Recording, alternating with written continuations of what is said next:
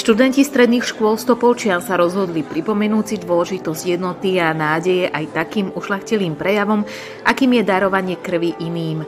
Tento špeciálny zážitkový odber sa konal v galérii mesta Topolčany.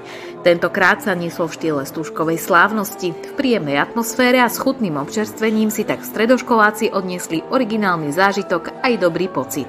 Odber krvi v našej Topolčianskej galérii robievame štandardne a pravidelne, ale dnes máme taký špeciálny, je venovaný maturantom, prvodarcom a chceli sme ich práve spoločne s nemocnicou Topolčany podnietiť k tomu, aby sa stali darcami, aby si prišli vychutnať túto chvíľu, aby sa tu možno stretli s ľuďmi, ktorí darovali krv mnohokrát a aby naozaj sa stali tými darcami, ktorí budú tú krv venovať ako najvzácnejšiu tekutinu pre záchranu životov mnohých iných. Dnes sme to poňali v téme Stužková. Deje sa to v nemocniciach Penta Hospital po celom Slovensku a mladí ľudia naozaj v hojnom počte tu prichádzajú. Ja sa z toho veľmi, veľmi teším. Od mesta dostanú študentskú pečať, ktorú si teda môžu si s ňou osladiť život, ale dostanú zároveň aj také drobné darčeky, ktoré im budú pripomínať to, že práve dnešný deň darovali krv po prvýkrát. Takže ja verím tomu, že tí študenti pri tom zostanú, že všetci tak, ako prišli, dnes budú môcť krv darovať a budú sa vrácať, pravidelne vrácať a tak, ako mi tu jeden pán povedal, aj oni raz povedia, že ja som dnes daroval krv po 47 krát. Je to študentská kvapka krvi, hej, a takáto študentská kvapka krvi je organizovaná viackrát, hej, a snažíme sa motivovať študentov, aby darovali krv, aby si tento návyk po prekonaní strachu ako zobrali, hej, a aby chodili k nám darovať krv, preto lebo táto tekutina je najvzácnejšia. Krvi je málo, potrebujú ju hlavne onkologickí pacienti, potom pacienti po úraze, po operáciách a nikdy nevieme, kedy túto krv budeme potrebovať aj my. A pripravili sme pre nich rôzne upomienkové predmety v štýle Stužkovej. Aby som to uviedol na pravú mieru, tak najprv vysvetlím, že tento nápad vznikol počas pandémie, keď študenti nemohli mať stužkové slávnosti a my sme im pripravili takýto odber krvi, kde sme mali slogán, alebo išli sme pod slogánom, že z krvi sa zachová, stáva sa stužková. Bolo to pred 3 rokmi a táto akcia sa nám tak uchytila, že teda v nej pokračujeme ďalej. A pripravili sme pre nich takýto pekný gravírovaný pohár, ktorý si odnesú na pamiatku, odznak so symbolikou stužky a mesto Topolčany prispelo tiež a odnesú si študenti rôzne upomienkové predmety na túto krásnu akciu. V rámci Mládežníckeho parlamentu a spolupráci aj s nemocnicou a mesta sa dnes podarilo uskutočniť jedno nádherné podujatie zmysluplné. Študenti okrem skúšky dospelosti dnes prišli aj darovať tú najvzácnejšiu tekutinu, čiže krv a spoločne pomôžu tým, ktorí bohužiaľ tú pomoc potrebujú. Ja veľmi oceňujem prístup jednak nemocnice, ale aj teda študentského mládežníckeho parlamentu, že sa spolu podieľajú na tejto zmysluplnej, pozitívnej a krásnej myšlienke.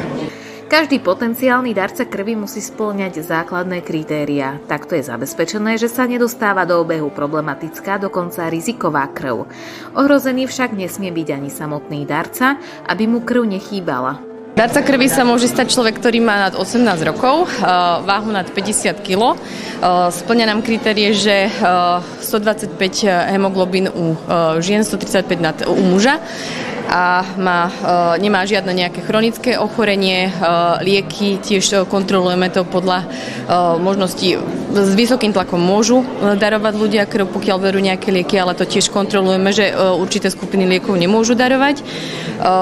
Ten normálny krvný obraz, zdravý, nemôžu mať nejaké tetovanie, v posledných 6 mesiacoch nejaký zákrok operačný, ošetrenie zubov tiež sledujeme, že či nebolo napríklad v ten deň alebo deň predtým vyslovene očkovanie tiež tam môže byť problém, ale vesme sú to ľudia proste, ktorí prídu, povedia, že sú zdraví, takže nemáme problém. A ešte tlak niekedy môže byť problém, že majú nízky tlak, tak vtedy ich tiež nepustíme, lebo potom nám kolabujú po odberoch. Rozlišujú sa 4 základné typy krvných skupín A, B, AB a 0. Ľudia s krvnou skupinou 0 sa nazývajú univerzálni darcovia, pretože tento typ krvi možno použiť u pacientov s ktoroukoľvek krvnou skupinou.